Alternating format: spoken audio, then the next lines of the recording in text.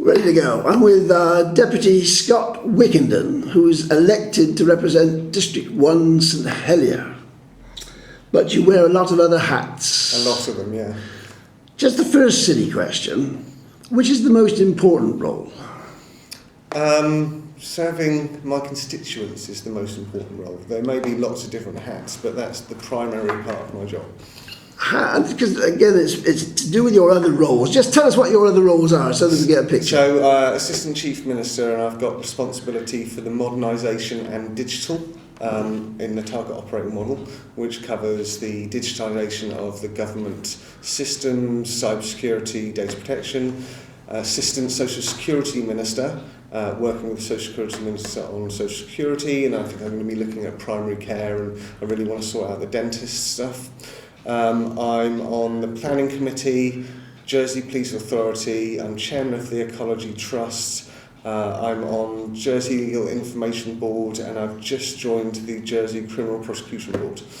I think that's. And you're going around the houses telling people about electoral reform. I've stepped away from that because I had to step away from PPC, so I had to leave Privileges and Procedures Committee and the Economic Affairs Scrutiny Panel when I chose to become an Assistant Minister.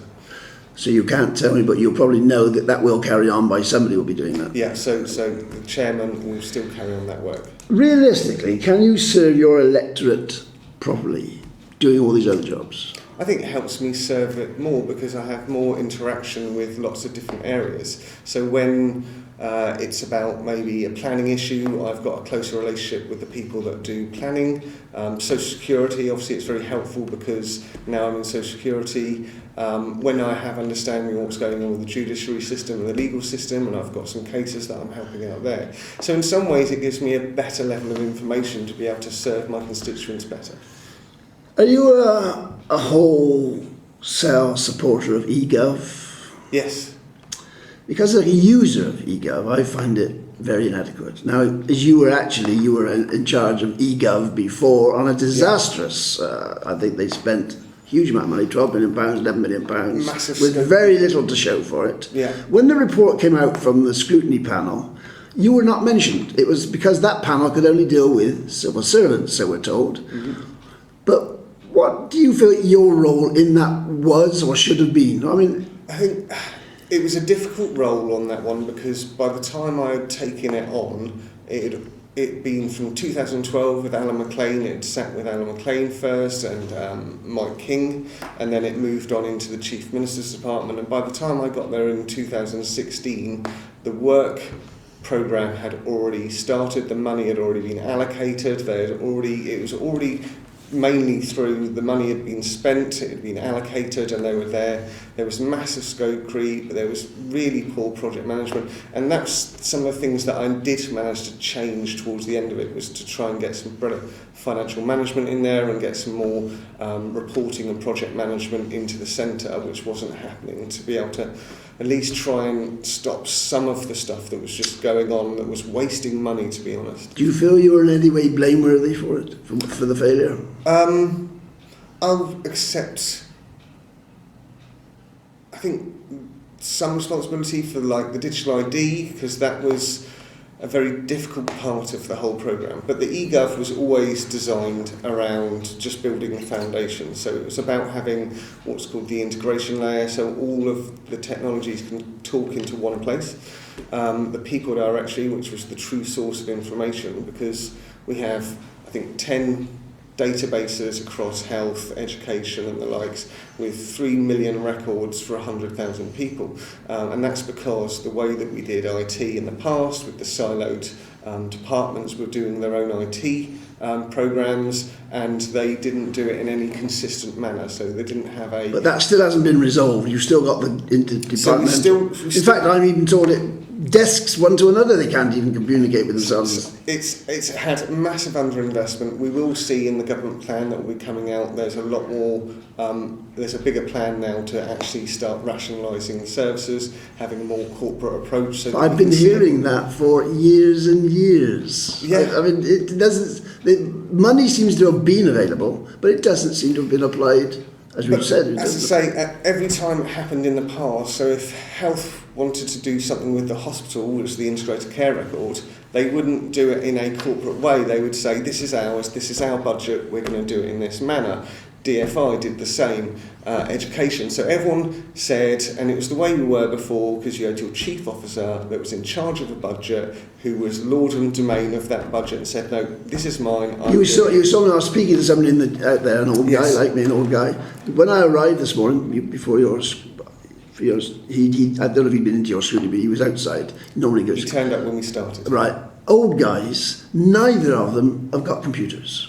Now, this is a bigger problem than I think the government realises. It's all very well putting stuff on the computer, but a lot of people really, they haven't got computers, they can't use computers, they can't afford to keep computers up to date and going. If your computer breaks down, you've got to call somebody out to repair it. Yeah. I don't think government really understands the problem of having, it sounds wonderful, they press a button, oh, that's right, we dealt with that, inflation's gone out. But it's the failure to people to be able to receive the information. But we still do have the customer service area, so we've got the one-stop shop for customer service. Well, so we're not moving to a technology base and then stopping any frontline customer service being able to phone up. So there's still the ways that make it so that everyone can. If you're attending purpose, but it's every parish hall should be stuffed full of leaflets about all sorts of things, but they're not, because they're cutting down on printed information. But each parish hall deals with that themselves. We cannot tell the parish halls what to do. But it could be part of the system. Wouldn't it be better to spend money on that rather than pushing electronic communication? Well, the way that this next phase that I'm looking at is working is about making sure that the back office systems for government are working together, so that we've got, when you phone up about something for social security, they also know whether you've had a letter from health and everything else. So you'll be treated as one customer for the whole organisation, whereas in the past you were dealt with at a departmental level as a customer.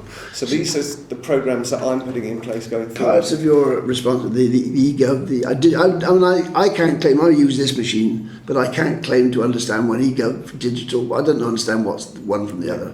Cybersecurity. Yeah. We're constantly seeing warnings from the police department telling us about, oh, there's a so-and-so warning, somebody's trying to infiltrate your bank accounts. Yeah. Why aren't you doing that? Well, that's your job, cybersecurity. It ought to be you putting that information out, surely. My job is at a policy level, and we put out our cybersecurity strategy last year that talked about how we're going to engage with businesses to make sure they're more informed, how we're going to be making sure that we're more informative. But everyone's got a part to play. The police have their cyber and financial crimes area, and that's where they're informing people. So we do some work, but the police are more up to date because they get informed first when there's been a... Well, I know people who have complained that they've had suspicious things going and the police aren't interested. I wouldn't be able to... But there ought to be somebody that should be interested, and I would have thought that would be you. Your department. I don't know if you've got a department, but you have that's something I want to ask you. Well, we've got Digital Jersey, and we've got areas which falls under Senator Farnham's remit. Where is it? Where does the public interact with it? I think it's through the police. On these kind of issues, it's through the police. They're the front, because it's about a criminal activity. I mean, because there's obviously a lot of data. Everybody, a lot of stuff in people. Oh, we can't say that data protection. It's all becoming interlinked. It's all electronic stuff. You want one place you can go and get decent information. I put a post up last night on Facebook about this Face app. Right. So the idea is, if a Russian company said to you, could you just send us a picture of your face so that we can put it on our database? You go, no, we're not going to do that. So they created an app, and they said, see what you look like when you're 80 years old in this app. I saw that. And I think it's crazy. People aren't aware that what's happening is people are collecting biometric data by using those things. So, well, I think the system which the states are using, I went to the planning meeting, the Eventbrite or something, for tickets. Eventbrite. Now, they use that information, you send it to them, you go to political meetings, they've got the potential to distribute that information, and they do, they sell it. Arranging meetings isn't what it's all about, it's about selling the information. And I think it's very wrong that the state should be using that company to organise meetings. Why do they do it? Probably for a cost, so making sure that the taxpayers' money isn't being used in a way that it doesn't need to be, because there's other people that can do it. cheaper, so we can then go and spend the money on health, education, and mental health, child protection services, which we're putting a real It used to be that priority the CAB was financed substantially through Social Security. Is that still the case? CAB? Yes, but the Citizen Advice Bureau. Yes, it is. Now, they're dispensers of a great deal of information. They are, yeah. Is that proposed to be expanded so that people can go and get there and get paper information and actually speak to a person on any subject? Is that to be extended? Because with your new Lamont activity, that would seem as though that might sort of rather fade away. I think that's an operational matter that I'm not aware of. Right, so you don't know whether it will happen or... No, And part of I know the Malcolm Ferry's very good, and he works very closely with Indeed. government to make sure that he has the right information. And as things come across his desk, he will work hard to make sure that his CAB has got as much information as they possibly can. Obviously, it's worrying from my point of view as an individual. You want CAB to be an independent organisation. The fact that it's funded primarily by government is worrying, because obviously they're going to have... Well, are they going to give you critical information of government? Are they going to give you that information? I couldn't say. Well, somebody, I mean, I want reassurance on that. Okay, but I'm not the minister that should be giving you assurance on that either, because that will be dealt with by another area. But you're in Social It's not- Security. I am in Social Security. I've been in Social Security for a month here Right, now. okay. And we've been doing the government plan, and I've been getting up to scratch with what's going on in the modernisation of digital, plus I've been doing all the other roles. So maybe I probably maybe should have a little bit more foresight of that, but I have been there a month, Mike. Do you watch what goes on the so-called social media? Like, for example, there's a site which I participate in quite a lot, Social Insecurity, which is a critical view of Social Security. There's a lot of people write on there and say, can anybody help me? I want information about aspects of Social Security, inevitably.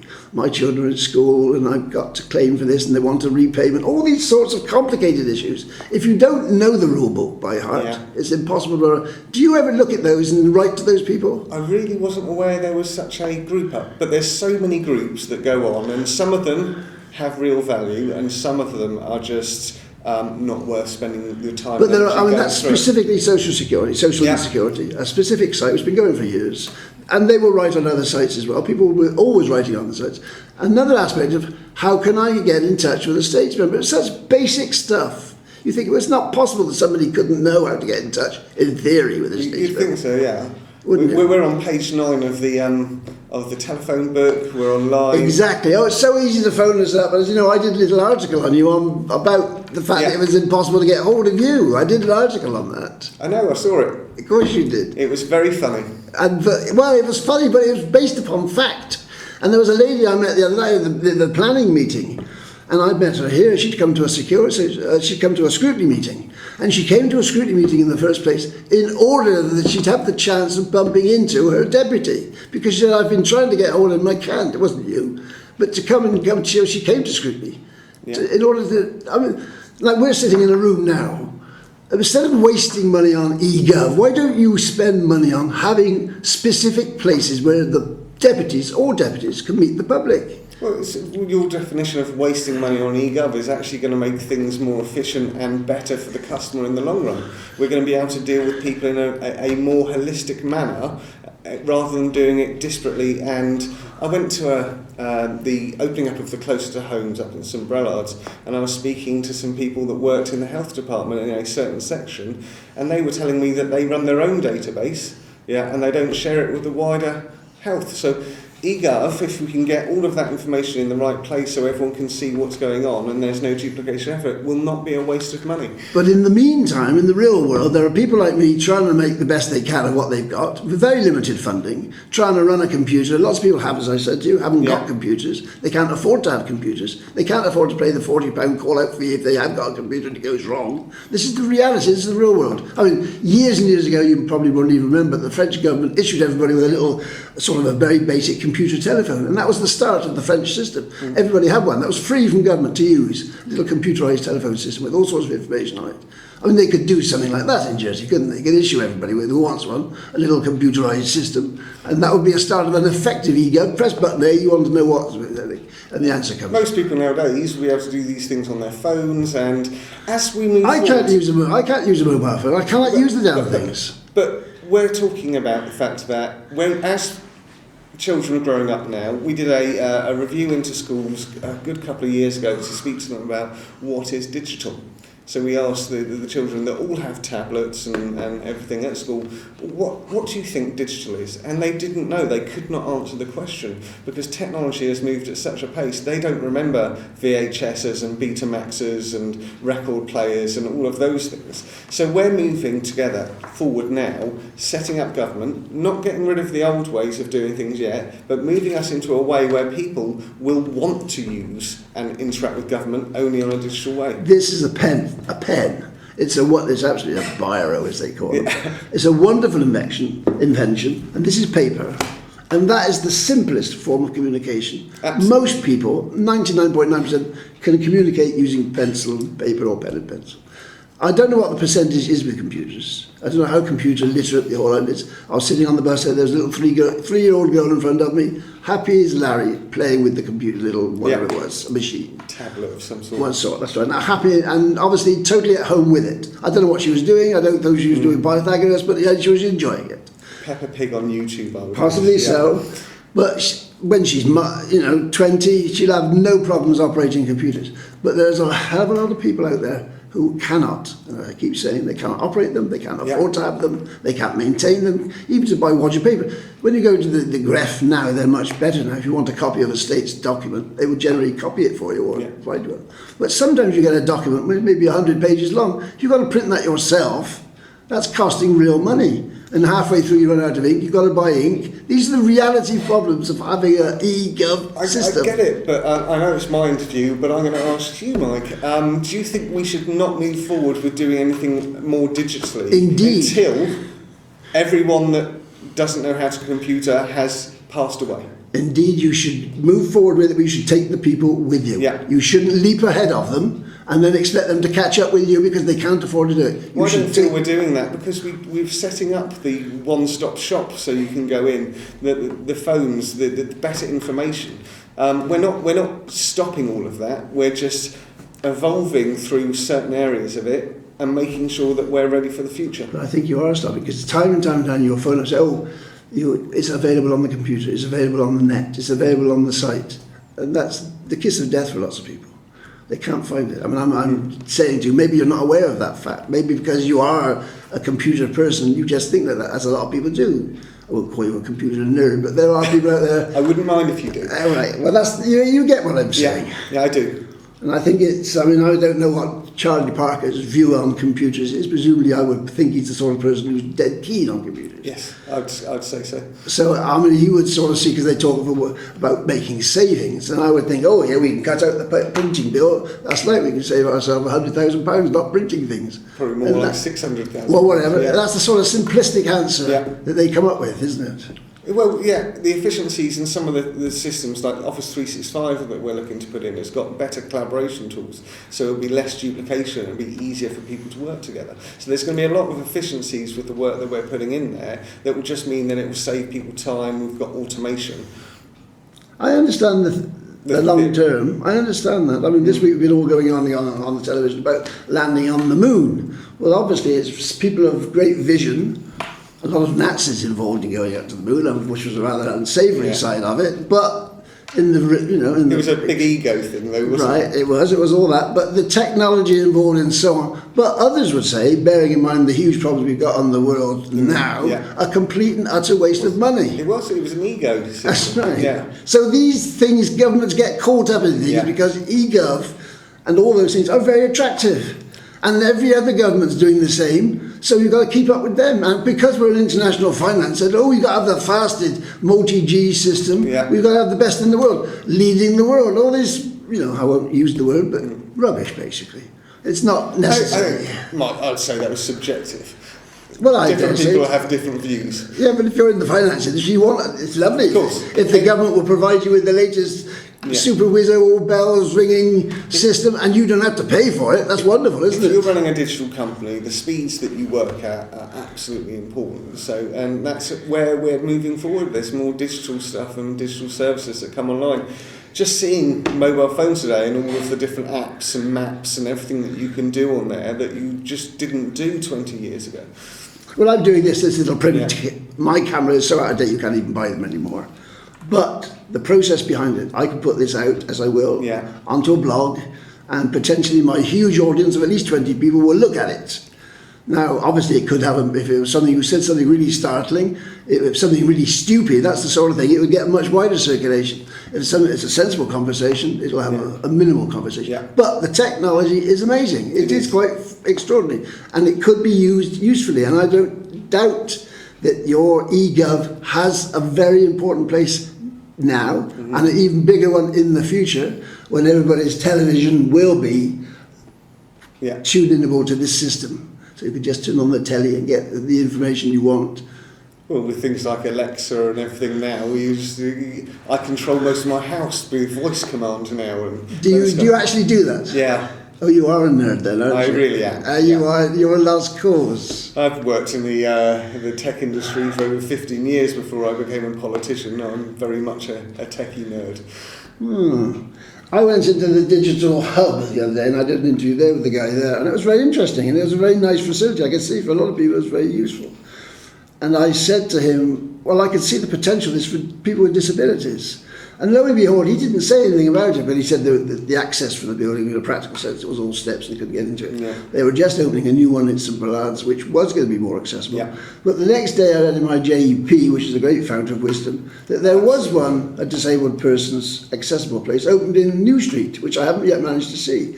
Now that is a use of technology, which is fabulous, because you can have text, which is very small, and make it large. You can put text where people can't hear and make them be able to read. So there's real, definite improvement that you can make with this machine that you can have, and that's really useful.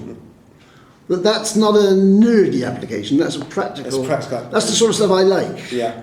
I think, was it last term, some of the ministers went and did the, like being in a wheelchair or being... Right, well, they always do that. They always do that. And some of the technology that I saw that the then Senator Green was using was absolutely fantastic. It really was amazing. It's moved on. The years we campaigned to have accessible buses, we can't have them. They're too wide, there's none available. What's the problem now? There's no problem. No. Accessible buses. You know, these things can be done. Get back to your meeting your constituencies now. I don't know, in your constituency there are 3 states members. There's 3 of you. And what's the total number of that constituency? How many people? I think we're around 11,000. 11,000? Yeah. Guess, and you won't have the figure, but how many of those during the course of a year, you've done a couple of years, you've done two, this is your second term. So this is the beginning of my second term, yeah. So you've got to know the area really well. How many of those people do you actually get to meet because they've got an issue they want to raise with you? It changes, because sometimes they'll contact Judy or Russell, right, of course, and I don't just deal with people from my constituency, of course not, deal it across. But I could have maybe a month, sometimes 3, and then it can go up to sometimes 10, and there's been months where I've had none. So it really is about whether there's a need and somebody contacts me. As a result of your other works, Social Security, computers and all the rest of it, how many people from those areas contact you? More or fewer or more? Well, Social Security is very new, so I'd say we're a month in, so there is that fits in with my constituency work. As part of the digital and what I do there, I speak to multiple people. So I get. But do you choose? Is it like go to Chamber of Commerce? I'll go and speak to Chamber of Commerce and tell them what we're doing, or do individuals come to you and say, "Look, I want to talk to you about cybersecurity," or people do that, don't they? Yeah, people do talk to me. Generally, people that work within the industry will want to have a chat to me, and a lot of them I've worked with for a long time when I was working in the industry. So it's a bit of a weirder one there, because maybe I'm going to lunch with them because I've known them, they used to work for me years ago, and we're still good friends. But sometimes I do get businesses call up and say, I want to know what you're doing. I mean, obviously there's no simple answer for it. People have got, but what do you do with the information that you get from people? And when you meet individuals and they give you information, what do you do with it? How do you respond to it? Can you define what you mean by information? Well, if somebody comes to you, say you're with Social Security now, if somebody comes in, I'm having Social Security, it's not a primary care issue, but they come to you and speak to you about it. will you pass that on to the appropriate person? Will you do that inevitably? Yeah. You will? Yeah. Okay. I have to get their permission first. So the first Yeah. thing you always do when any constituent comes to talk to you is you ask them to sign a disclaimer that says that they are happy for you to work on their behalf and speak on their Right. behalf and see their data. So you have to make sure that you cover the data protection side of it first. There was one thing you did do, which was about the petitions. And there was one the other day which particularly interests me, which was about paedophiles and whether there should be minimum sentences. Is that the sort of thing you thought they would be used for? I mean, did you just think it could be anything under the sun? When I was looking at it to set it up in the first place, it was around about, and the graph was going to manage this, any petition that was started should be based on something that was achievable by the government. Right. So it couldn't be about a neighbour dispute or something along those lines. But I'm kind of glad that it's been a bit more broader than that. Right. Because actually when you look at any issue, there is something that can be done about it. So there's the ones that asked us to have a same-sex nightclub. And you think, well, it's not really government's place to set up a nightclub, is it? But actually, when you look at what's really behind that is that there's people that don't feel that there's a safe place for them to go out and socialise without being maybe discriminated against or feel safe in that area. So I found that the petitions in that area was a good way of actually looking at what people care about right now, where they feel that they need support or help or they think something should be done. So I'm kind of glad it's been very broad. I think the uptake's getting better. And I think it's a really good way to get direct democracy. That particular petition, that debate, did you take part in that debate? Or did you have any strong views on it, whether there should be minimum sentences or the other aspect of the discussion, which wasn't part of the question, was how do you prevent people committing sexual assaults in the first place? That was rather more interesting. It's a prevention kind of areas and that kind of area.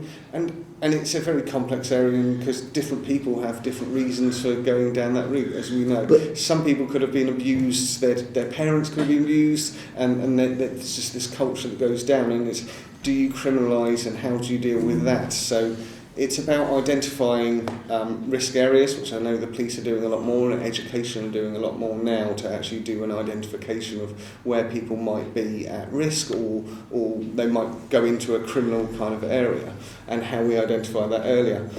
But I think it's a very complicated situation, and things like minimum sentences and the likes. What happens if somebody's been falsely accused?